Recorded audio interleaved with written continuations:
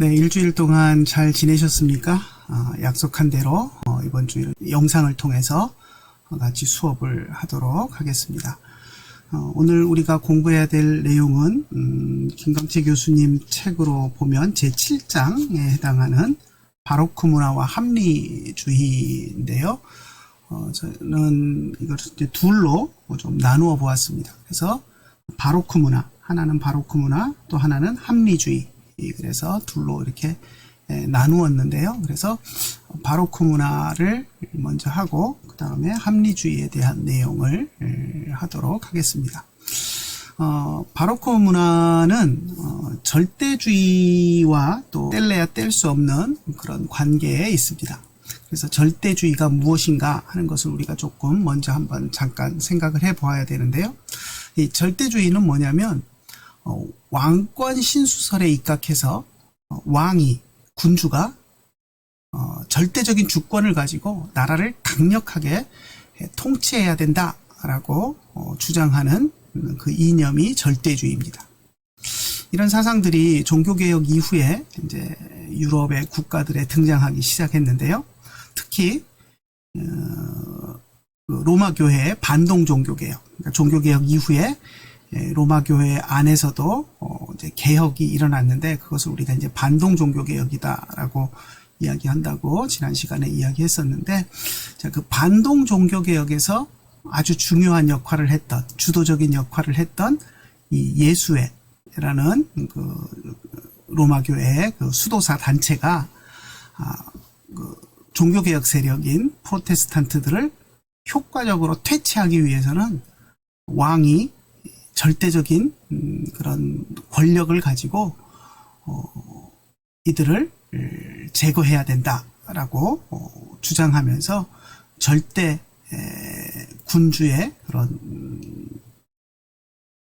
힘, 절대 군주가 가지는 이런 주권이 필요하다라는 것을 옹호하고 나섰습니다. 그래서 종교개혁 이후에 이제 이런 절대주의 개념이 등장을 하는데요. 유럽 국가들 가운데서 이제 절대적인 주권을 가진 군주, 그러니까 종교개혁 이후에 절대적인 군주로 대표되는 사람을 꼽아보라고 한다면 스페인의 필립 2세나 프랑스의 루이 14세 같은 사람을 꼽을 수가 있습니다. 자, 바로크 문화를 한번 봅시다. 바로크 문화.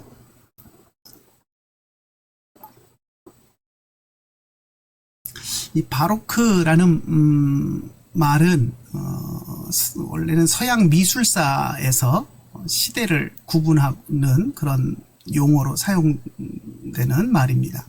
또 그 시대에 유행했던 그런 미술, 특히 이제 회화는 물론이고 조각이나 건축 양식까지도 아울러서 그 시대에 풍미했던 그런 예술의 형태를 의미하는 그런 말로 사용되는 말인데요. 대략 시기로 보면 1600년부터 1750년까지 한 150년 정도의 기간을 우리가 바로크 시대다라고 이야기하고 또 그 시대의 문화를 바로크 문화다라고 이야기를 합니다. 이 바로크 문화는 이 시기에 유럽 왕들의 그런 절대적인 권력 하에서 또 발전했고 생성이 되었습니다. 그래서 또 이런 문화가 또 절대적인 왕권, 유럽의 그런 왕들의 절대적인 권력을 옹호하는 그런 문화, 또는 로마 교회의 재건과 관련해서 또 반동 종교개혁을 뒷받침하는 그런 문화로 또 이야기되기도 합니다. 자, 오늘날 이 바로크라는 말은 미술사뿐만 아니라 또 음악, 연극, 문학 이런 여러 장르에서도 이제 같이 이 용어를 함께 사용하는데요. 그래서 이 바로크라는 이 말은 시대를 표현하는 말이기도 하고 그 시대를 풍미했던 다양한 종류의 그런 문화를 이야기하는, 문화를 하나의 장르로 묶어서 이야기하는 그런 용어입니다. 그렇다고 해서 이 바로크라는 이 바로크 양식이라는 것이 제가 이제 다양하다라고 표현을 했지만 이 다양하다라는 게 뭐 미술에서 이런 장르도 나오고 저런 장르도 나오고 그런 다양성이 아니라 미술, 음악, 건축, 뭐 연극 할 것 없이 다양한 그런 문화 분야에서 공통적으로 이 바로크라는 하나의 형식으로 묶을 수 있는 하나의 그런 공통된 분모로 묶을 수 있는 그런 장르가 등장한다라는 의미로 해석하면 될 것 같습니다. 그래서 사실 이 바로크 시대 이후로는 어떤 한 시대를 그 시대는 이런 시대다. 그 시대의 문화는 뭐 그림이고 건축이고 조각이고 이런 특징이 있다라고 시대를 그렇게 하나의 문화적인 양식으로 특징 지을 수 있는 것은 이제 바로크 시대 이후에는 나타나지 않습니다. 바로크 시대 이후에는 이제 다양한 양식들이 등장을 하면서 미술 분야에서도 회화 분야에서도 이런 그림을 그리는 사람도 있고 저런 그림을 그리는 사람도 있고 이게 다양한 형태로 이렇게 나뉘어지는데 이 바로크 시대에는 미술에도 바로크 양식이 주류를 이루고 음악도 바로크 양식이 주류를 이루고 이 바로크라고 이야기할 수 있는 그 문화의 형식들이 이 바로크 시대에는 하나의 그 시대의 어떤 커다란 흐름, 유행으로 이렇게 자리를 잡았기 때문에 우리가 바로크 시대라고 이야기하기도 하고 그 시대의 문화를 통틀어서 바로크 문화다라고 또 이야기할 수도 있는 것입니다. 자, 이 바로크라는 말은 이제 프랑스 말인데요. 바로크라는 말이 프랑스 말인데, 뭐 일그러진, 찌그러진 진주 이런 의미를 가지고 있습니다. 이렇게 못생긴 진주, 그러니까 동그랗게 예쁘게 동그란 그런 진주가 아니라 이렇게 뭉개져가지고 찌그러진 그런 진주 이런 뜻을 가지고 있는데요. 원래는 이제 포르투갈어에서 기원을 했는데 우리가 사용하는 지금 바로크라는 이 말은 프랑스어 단어로 자리를 잡았습니다. 18세기 철학자 장자크 루소라는 사람이 이제 백과사전 인사이클로피디아라는 그 책을 하나 썼는데요. 거기에 보면 이 바로크라는 용어에 대해서 이제 설명을 하는데 거기에 보면 이제 원래 이 바로크라는 말은 라틴어 그러니까 로마 말이죠. 로마 말인 이탈리아어 바로코에서 나온 말이고 그리고 이것은 철학자들의 용어였다. 그래서 13세기부터 해서 중세 그 스콜라 철학자들이 이 바로코라는 말을 썼었는데 어떤 것에다 바로코라는 말을 썼었냐면 어떻게 보면 좀 쓰잘데기 없는 그런 복잡하고 정신없는 논쟁인데 뭐 결국 나중에 보고 나면 별 큰 의미 없는 그런 복잡한 쓸데없이 복잡한 그런 학문적인 논쟁 그리고 이제 중세 시대는 3단 논법을 많이 썼는데 그 3단 논법을 이제 어떤 것을 증명하기 위해서 A는 B이다, B는 C이다. 그러니까 A는 C이다. 이렇게 이제 3단 논법을 썼는데 그 3단 논법을 하면서 이제 뭔가 잘못된, 왜곡된 사람들의 그런 생각을 착각하게 만드는 그런 왜곡된 3단 논법으로 뭔가를 서술해 나갈 때 이건 잘못된 것이다 라는 그런 의미로 바로코라는 그런 용어를 썼었다라고 이야기를 합니다. 그래서 이런 이제 용어를 썼었는데 그 말이 기원이 되어서 바로크라는 말로 이어졌다라는 그런 이야기를 합니다. 자, 그래서 그렇기 때문에 이 예술 영역에서 미술이나 건축이나 이런 예술 영역에서 바로크라는 말이 사용되었을 때도 처음에는 부정적인 그런 의미로 사용이 되었었습니다. 그러니까 어떻게 보면 바로크 시대 이전에 르네상스 시대의 문화는 어떻게 고전적인 의미에서 고전적인 미를 추구하면서 균형과 아주 조화로운 것들을 중요하게 생각했었는데 바로크라는 이 양식은 어떻게 보면 조화 이런 것들과는 좀 거리가 먼, 약간은 불규칙적이고 좀 과장되고, 그러니까 그동안 클래식 그 고전에서 볼 때는 정상적이지 않은 좀 과장되고 기괴한 그런 형태를 띠고 있는 예술, 그런 문화다라는 그런 의미로 바로크라고 불렀습니다. 그러니까 예를 들면 건축에서 등치는 큰데 건축물의 규모는 엄청나게 큰데 그냥 볼품은 별로 없는, 크기만 하고 별 볼 일 없는 그런 건축 양식, 이런 의미로 비하적인 말로 사용이 되었고요. 음악에서도 마찬가지로 불협화음, 아니면 그동안에는 간결한 그런 음악으로 이루어졌던 것에 좀 비정상적인 화음이나 이런 것들이 사용되는 음악, 이런 의미에서 바로크 이런 의미로 사용이 되었었습니다. 자, 이제 좀 분야를 나누어서 한번 볼까요? 그러면 바로크 건축은 어떤 건축인가 하는 것을 한번 살펴봅시다. 자, 바로크 양식의 건축은 이제 이탈리아에서 제일 먼저 시작이 되었습니다. 로마가 1527년에 신성 로마 제국의 칼 5세와 교황 클레멘스 7세 사이에 이제 전쟁이 일어나면서 로마가 완전히 폐허가 된 상태가 있었습니다. 전쟁에 의해서 이제 폐허가 되는데요.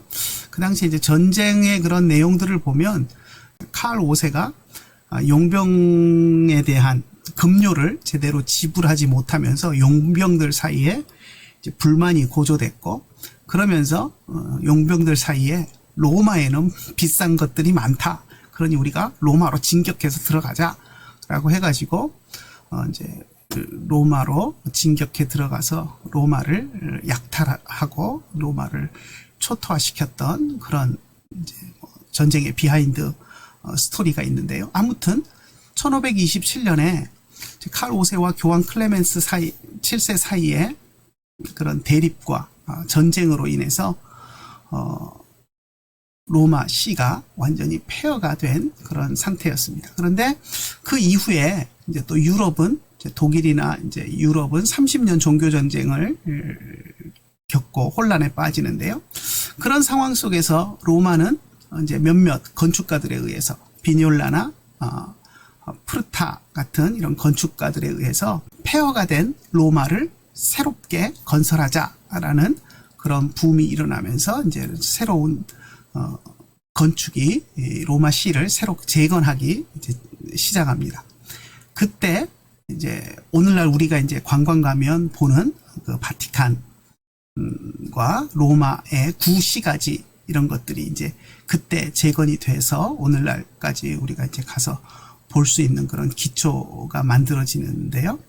아무튼 그러면서 이제 로마가 바로크 건축 양식에 의해서 많은 건물들이 세워집니다. 그래서 이제 로렌조 베르니니, 또 보로미니, 뭐 이런 사람들이 바로크 양식의 전성기를 구가했던 그런 건축가들인데요. 로렌조 베르니니 같은 경우는 우리가 잘 아는 그 이제 바티칸의 그 성 베드로 성당, 그러니까 성 베드로 성당은 이미 지어져 있었는데 성 베드로 성당 앞에 있는 광장을 설계하고 지었던 사람입니다. 그래서 이제 이 로렌조 베르니니가 특유의 그 바로크 양식으로 실추되었던 로마 교회의 권위를 되살리기 위해서 이제 건축물들을 많이 지었는데요. 대표적인 것이 이 바티칸 성 베드로 광장의 이 조형물입니다. 지금 앞에 이제 우리 지금 사진에 보이지 않는 아랫부분에는 성 베드로 성당이 있죠. 그리고 이제 성 베드로 성당 앞에 있는 광장 부분인데요. 이 광장 부분을 설계하면서 이 원형, 그러니까 원형이 아니고 이제 타원형으로 설계를 했고, 그리고 요 뒤쪽으로 이렇게 쭉 길을 내면서 열쇠 모양으로, 그러니까 그 바티칸이 그 베드로가 천국 열쇠를 가졌다, 뭐 이제 이렇게 이제 주장을 하는데, 하여튼 그런 것들을 상징적으로 의미하기 위해서 열쇠 모양으로 광장을 만들었고요. 그리고 이 광장을 만들면서 옆에 이 엄청난 기둥들을 세우고 이 건물들을 세우는데, 이 건물들의 양식을 바로크 양식으로 세웁니다. 그래서 바로크 양식의 그런 특징들이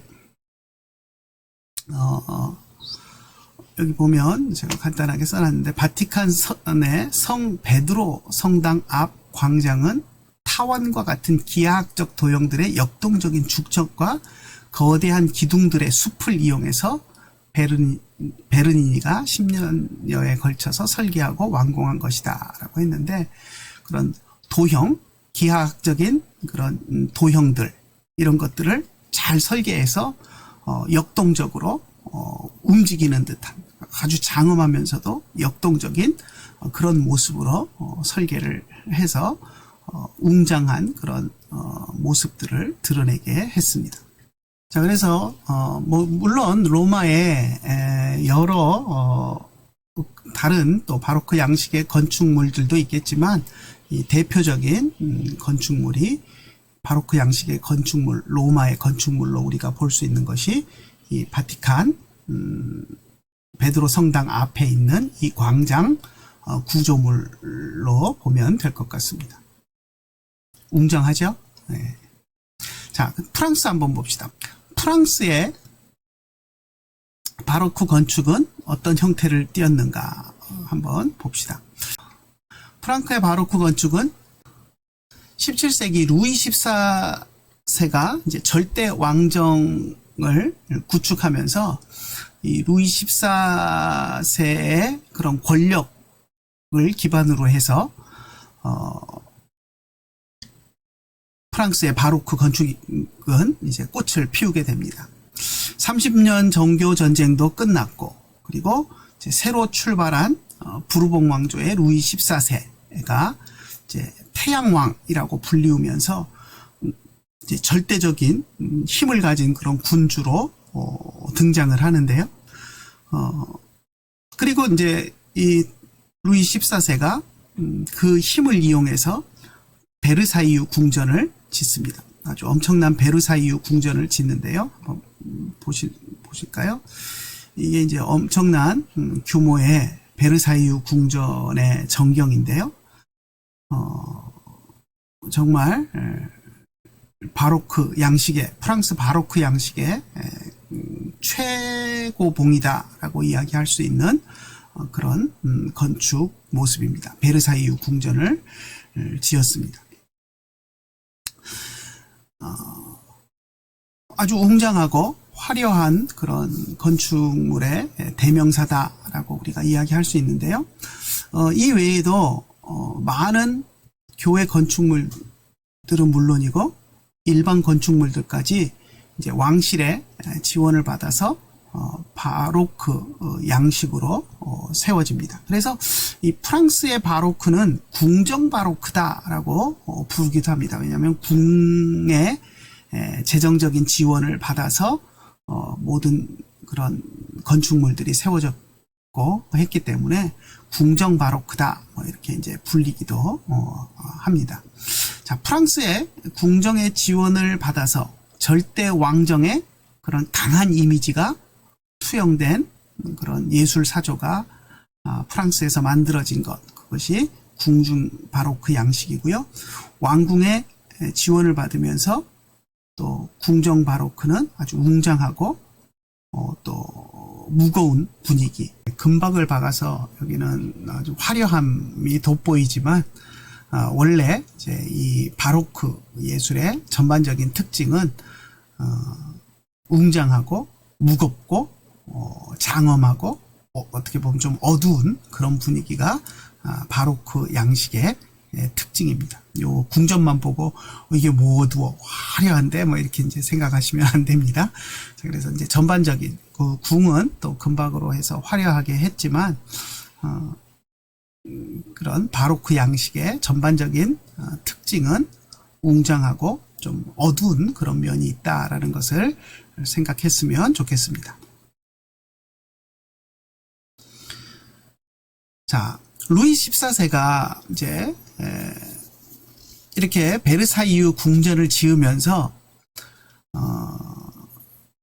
왕궁의 모든 행정을 베르사유 궁전으로 이관을 했습니다. 이 베르사유 궁전은 파리에서 상당히 떨어져 있습니다.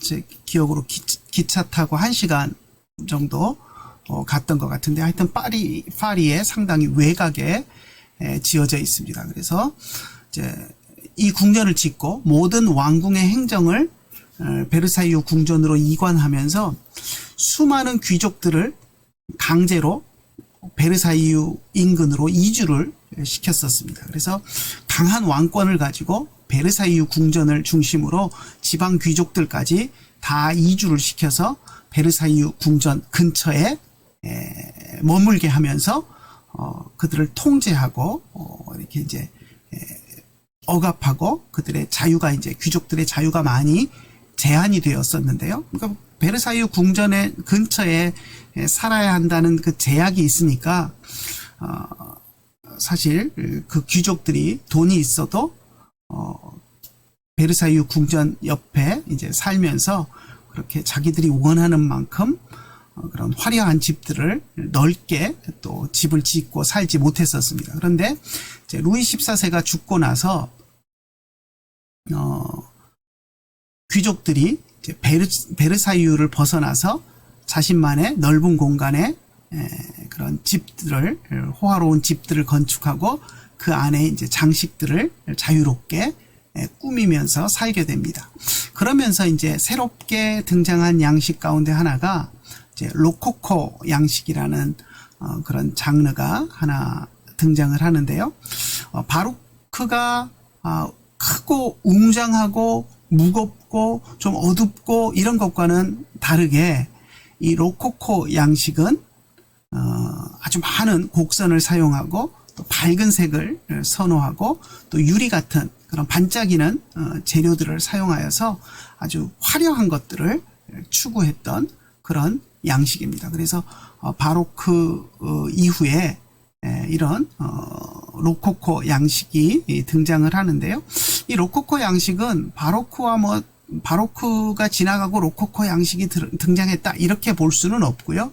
이제 바로크의 그런 어두운 면들을 이제 루이 14세의 그런 권력이 절대 왕권이 사라진 이후에는 이런 바로크 양식의 건축물 안쪽에 내부를 화려하게 그런 꾸미는데 로코코 양식이 사용되었다라고 생각하는 것이 더 좋을 것 같습니다. 그래서 자, 그리고 그림에서는 이 로코코 양식은 그림에서는 관능과 쾌락을 주제로 하는 그런 그림들을 많이 만들어냈고요. 그리고 바로크 건축물이 바로크가 그 건축물 외장 이런 큰 골격 이런 것들을 웅장하게 만드는 데 집중을 했다면 로코코 양식은 반대로 그 안쪽 내부 장식을 화려하게 꾸미는데 이제 공을 들인 그런 양식이다라고 생각하면 될 것 같습니다. 아무튼 프랑스에서 바로크 양식은 대표적인 이 베르사유 궁전에서 볼 수 있는 것처럼 웅장하고 또 어떻게 보면 화려하면서도 장중하고 무겁고 이런 모습으로 표현이 되었습니다. 자, 네덜란드의 바로크 양식을 한번 볼까요? 네덜란드에서 바로크 양식은 프랑스 왕정의 그런 바로크와는 조금 다르게 발전을 합니다. 이제 당시 네덜란드는 스페인으로부터 이제 갓 독립을 한 그런 상태인데요. 이제 오랜 독립 전쟁을 통해서 독립을 얻어냈는데 물론 이제 완전한 독립이 아니라 부분적으로 북쪽 지역은 독립을 했지만 또 남쪽 지역은 독립을 얻어내지 못한 지역들도 있었고 합니다. 그래서 이제 그렇지만 아무튼 독립이 된 지역이건 독립이 되지 않은 지역이건 네덜란드 안에는 경제력을 갖춘 새로운 뭐랄까 소상공인 그룹, 새롭게 떠오르는 그런 그 장사에서 돈을 많이 번 그런 세력들이 있었습니다. 우리가 이제 보통 부르주아라고 이제 부르는데요. 이 부르주아 세력이 성장을 하면서 네덜란드에서는 왕실의 후원으로 하는 그런 바로크 예술이 아니라 이 돈 많은 부르주아들이 사업가들이 지원해 가지고 예술을 하는 그런 예술가들이 많이 생겨났습니다. 그래서 이제 왕정의 절대주의와는 상관없이 이런 부르주아 기업가들의 지원을 받는 예술가들에 의해서 다양한 그런 풍경화, 풍속화, 초상화, 정물화 이런 것들이 이제 그림으로 그려지고 하는 그런 이제 조금 다른 양식의 프랑스의 그런 왕정 바로크와는 좀 다른 형식의 바로크 문화가 생겨나는데 그것을 우리가 이제 부르주아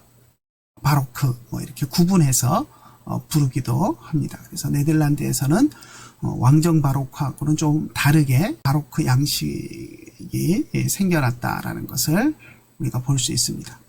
자, 영국을 한번 봅시다. 영국에서는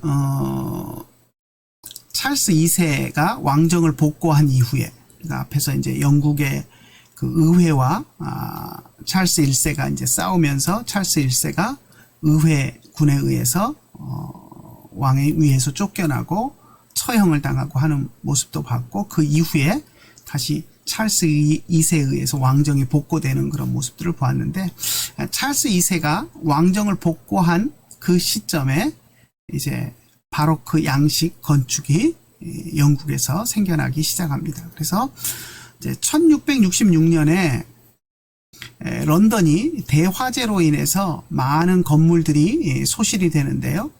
그때 이제 소실된 건물들이 바로크 양식에 의해서 다시 복구되고 재건되는 그런 모습들을 봅니다. 이제 대표적인 건축물이 세인트 폴 대성당, 런던의 세인트 폴 카테드랄 처치인데요.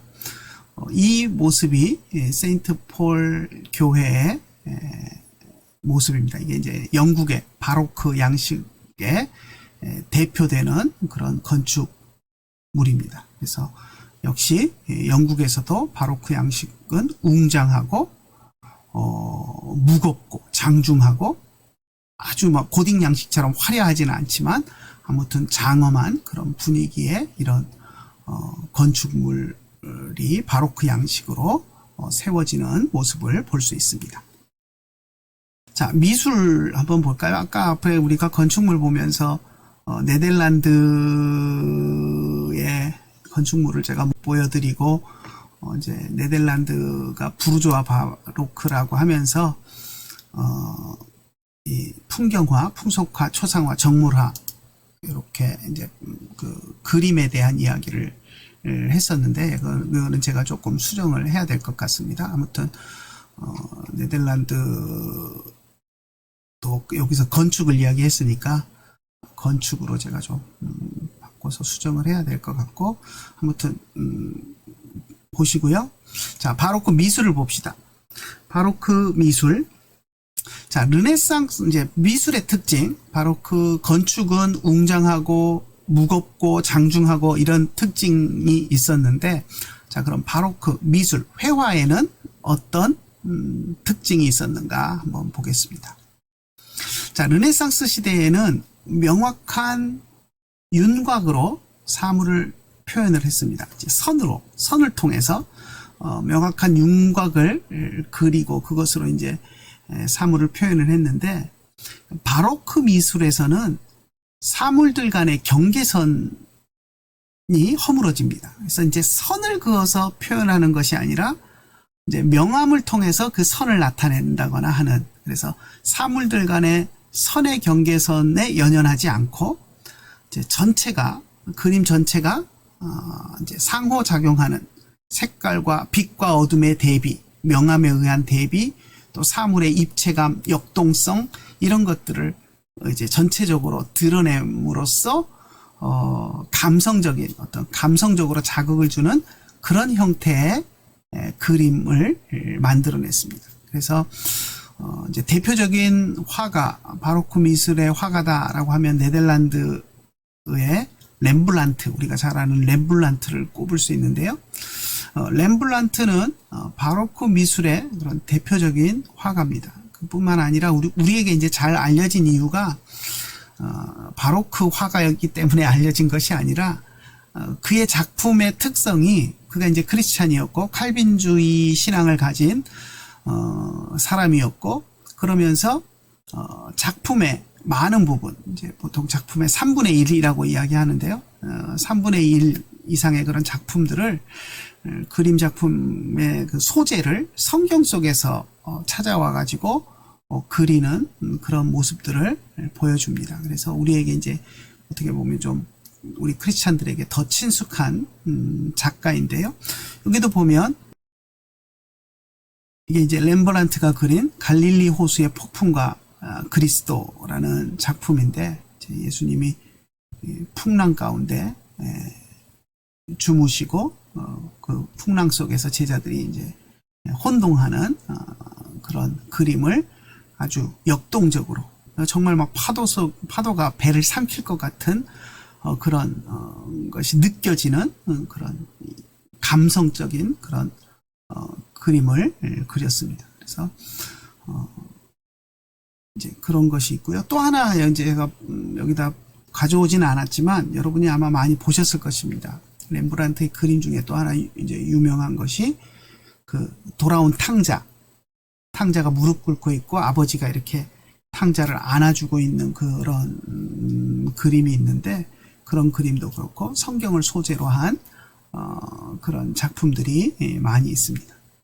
근데 아이러니한 것이 렘브란트가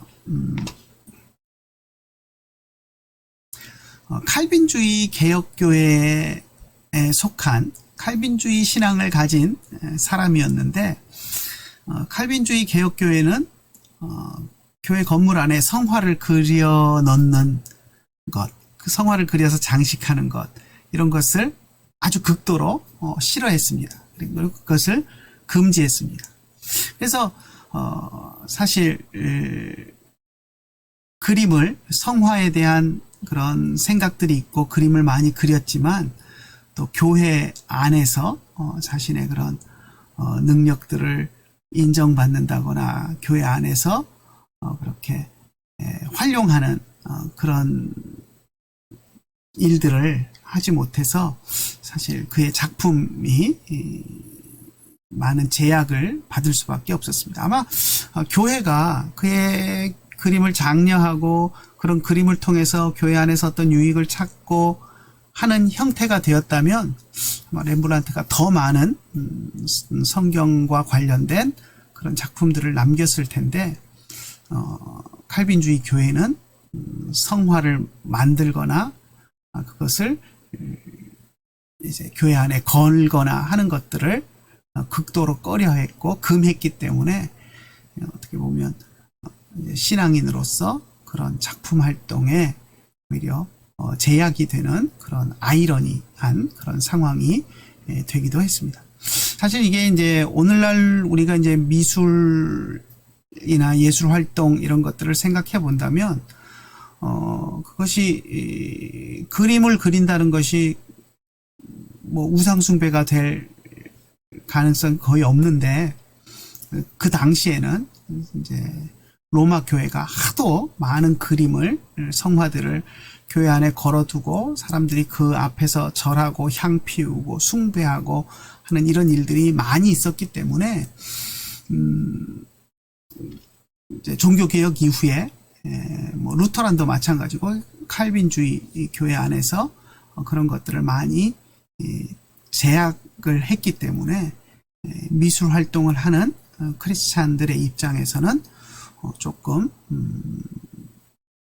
그런 면들이 서운한 느낌이 들 수도 있었지 않았을까 하는 그런 생각을 해봅니다. 아무튼 렘브란트는 칼빈주의에 속한 그런 신앙을 가지고 있었고 또 그의 작품 가운데 많은 부분들을 성경과 관련된 그런 내용을 그리는 일들을 했었다라는 것. 그래서 오늘날 우리에게 많이 그 작품들이 알려져 있고 남겨져 있다라는 것을 우리가 생각을 해 보았습니다. 자, 바로크 미술은 이제 회화뿐만 아니라 이제 조각에서도 그런 특징들이 나타납니다. 인물의 운동감이 느껴지도록 표현하는데 아주 중점을 많이 두었습니다. 그러니까 르네상스, 그러니까 바로크가 되기 이전에 르네상스 시대의 작품들은 조각을 보면 균형과 조화에 맞춰져 있습니다. 그런데 바로크 시대의 작품들은 움직임, 역동성 이런 데 맞춰져 있습니다. 이제 단적으로 이제 그 두 시대를 대변해주는 보여주는 그림이 조각들이 이것이 아닌가 생각을 해봅니다. 왼쪽 그림은 여러분들이 아마 많이 아시는 조각일 겁니다. 미켈란젤로가 만든 다비드 상이죠. 르네상스 시대의 조각입니다. 이 르네상스 시대의 이 조각은 어디에 초점이 맞춰져 있냐면 균형과 대칭 이런 데 초점이 맞춰져 있습니다. 그러니까 우리가 소위 말하는 팔등신이죠. 팔등신.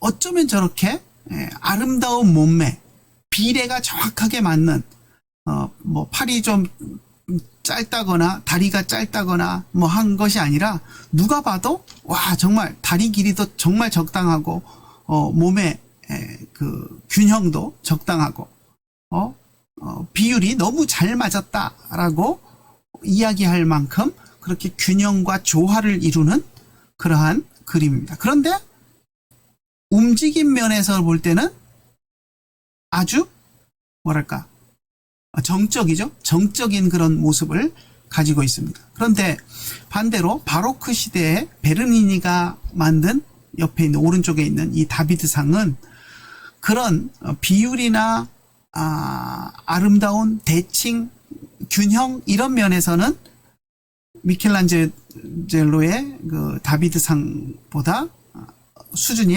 한참 못해 보입니다. 그런데 대신 베르니의 작품이 가지고 있는 장점은 뭐냐면 역동성입니다. 그죠? 곧 지금 물매질을 하려고 하는 그 찰나인 것 같은데 곧 저 손에서 돌이 떠나서 돌이 날아갈 것 같은 그런 움직임, 이런 역동성을 보여주는 그런 조각의 모습을 볼 수 있습니다. 그래서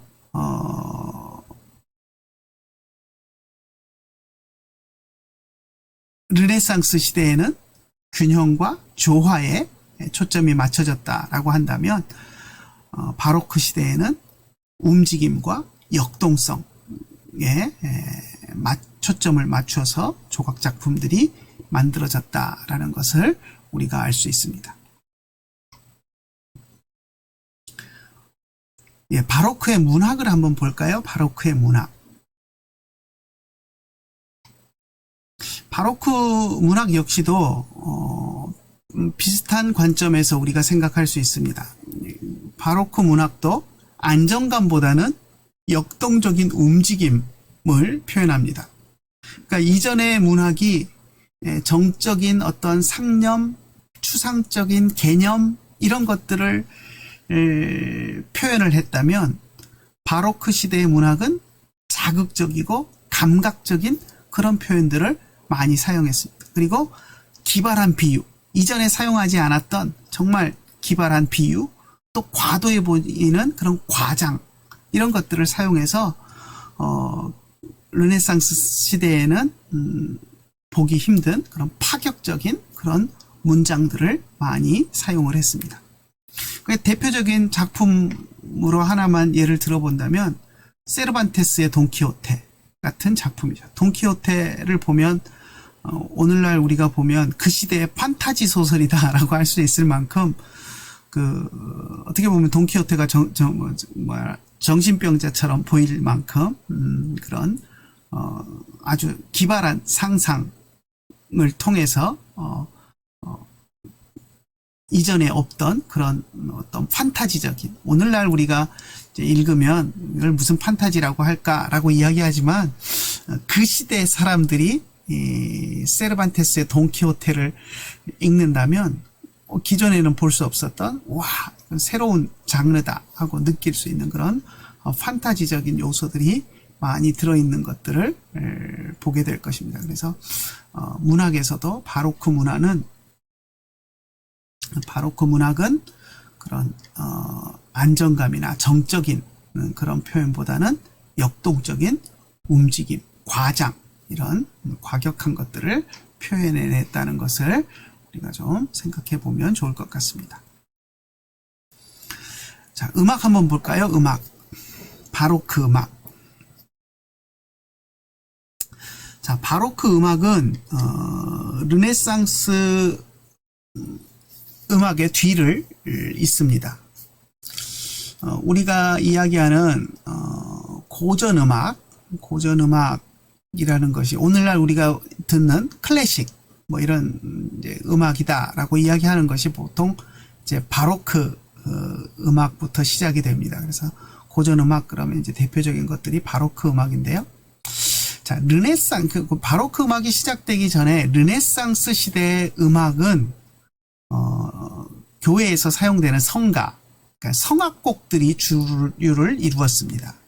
그런데 바로크 음악에서는 성악보다는 기악의 그런 연주, 이런 것들의 위상이 더 많이 높아졌습니다. 그래서 성악곡들 중에서도 이제 성악곡의 멜로디가 가면서도 성악곡을 작곡하면서도 성악곡의 멜로디 아래에 이제 다양한 악기의 반주들을 곁들여서 이렇게 이제 음악을 표현을 합니다.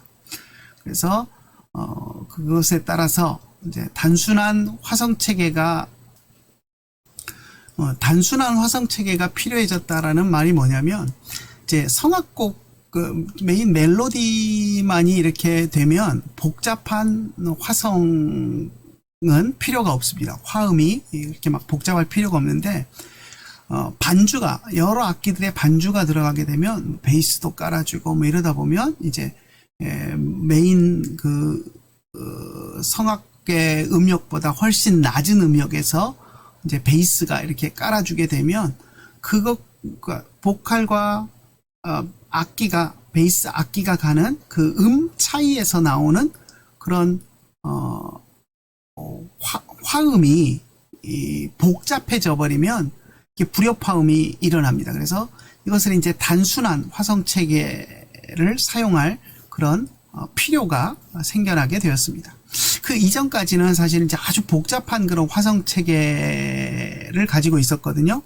여기 보면 이제 순정률이라고 이야기를 하는데, 바로크 이전까지 르네상스 시대까지는 순정률이라고 하는 복잡한 음악 체계를 사용했습니다.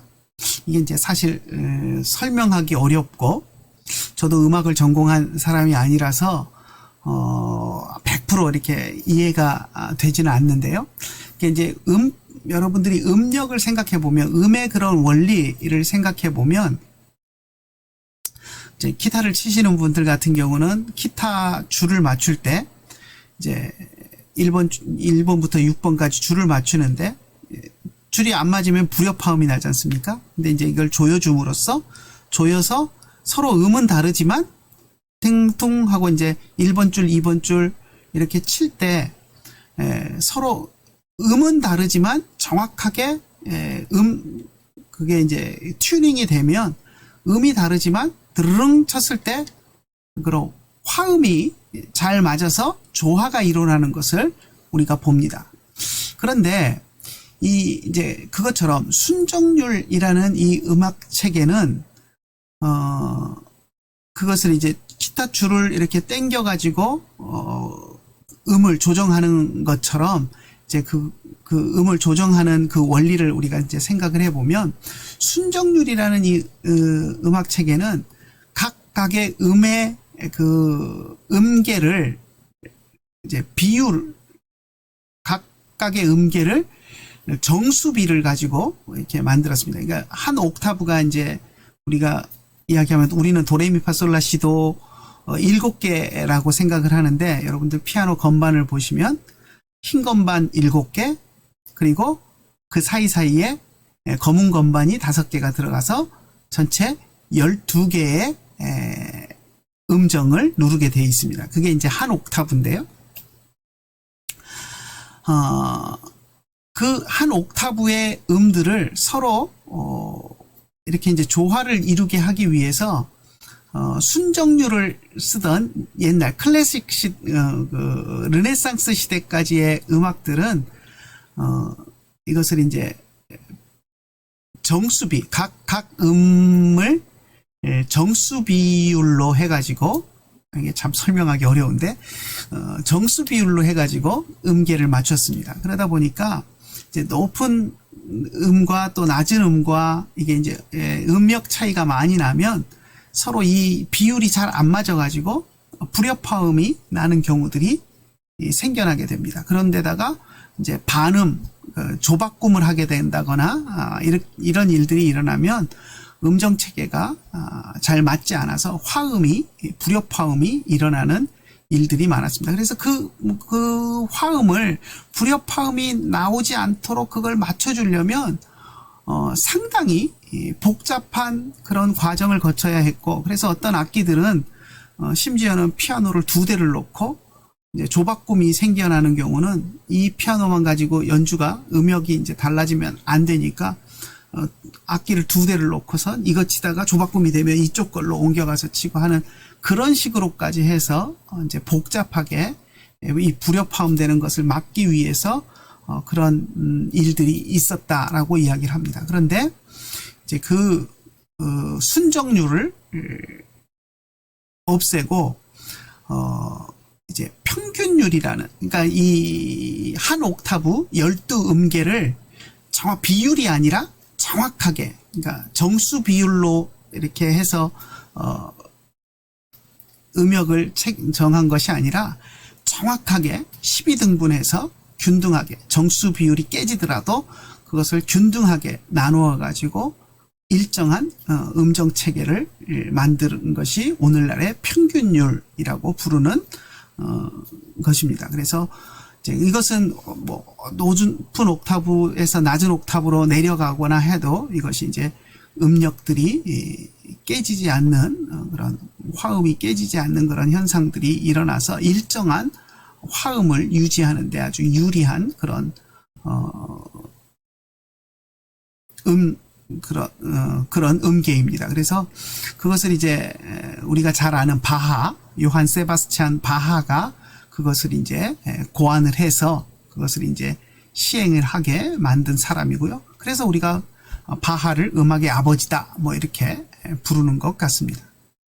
제가 아는 어떤 피아니스트 선생님은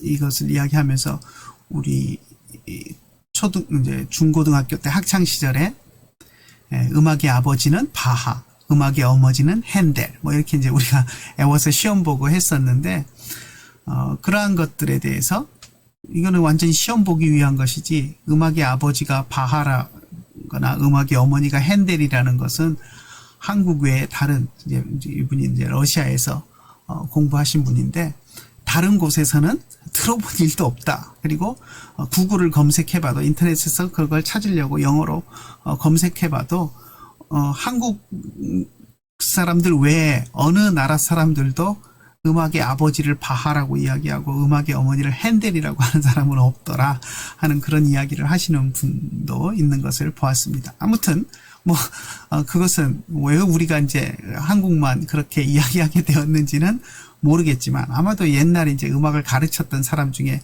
바하를 좋아하거나 핸델을 좋아했던 이런 공을, 바하와 핸델의 음악적인 그런 역사 속에서의 공적을 생각하면서 한국 사람 누군가가 음악의 아버지, 어머니 이렇게 이야기를 하지 않았나 싶어요. 아무튼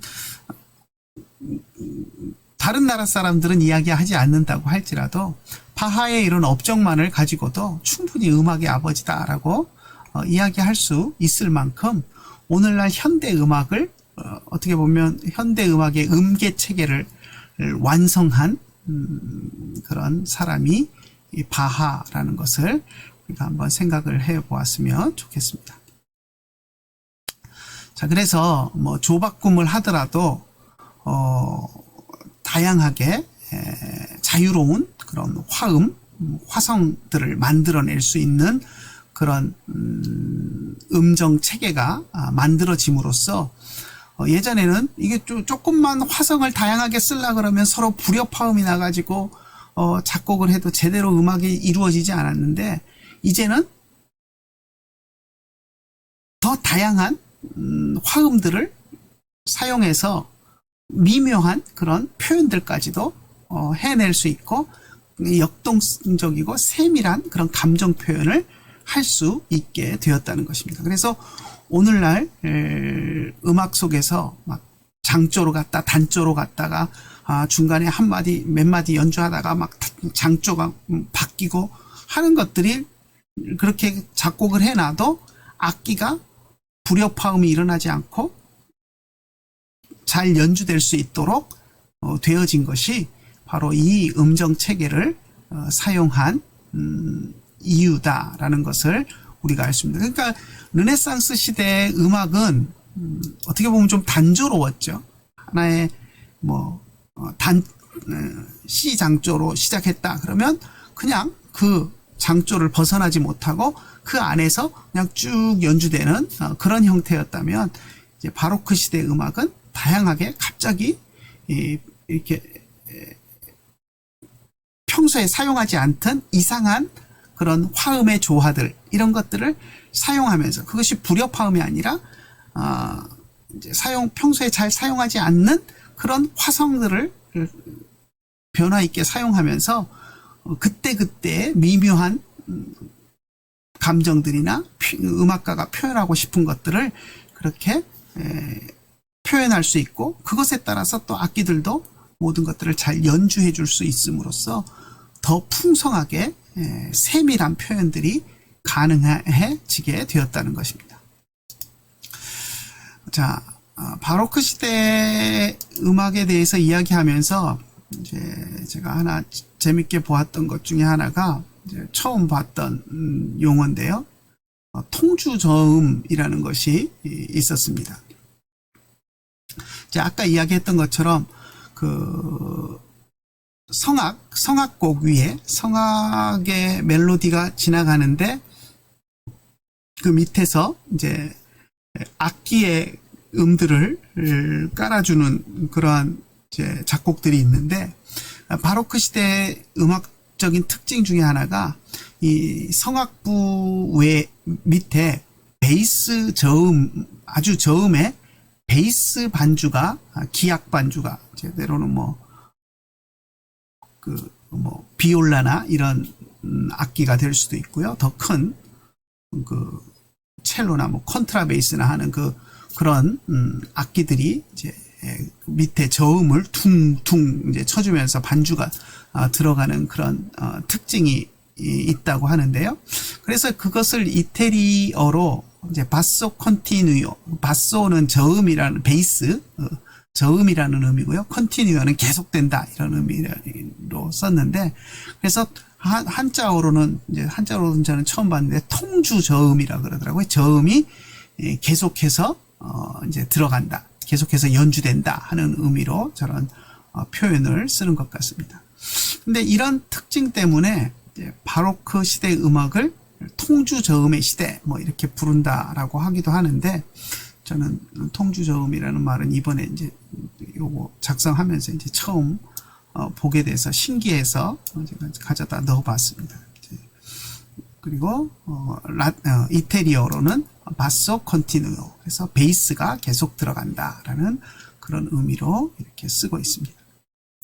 자, 바로크 시대의 대표적인 음악가는 뭐니 해도 아까 이야기했던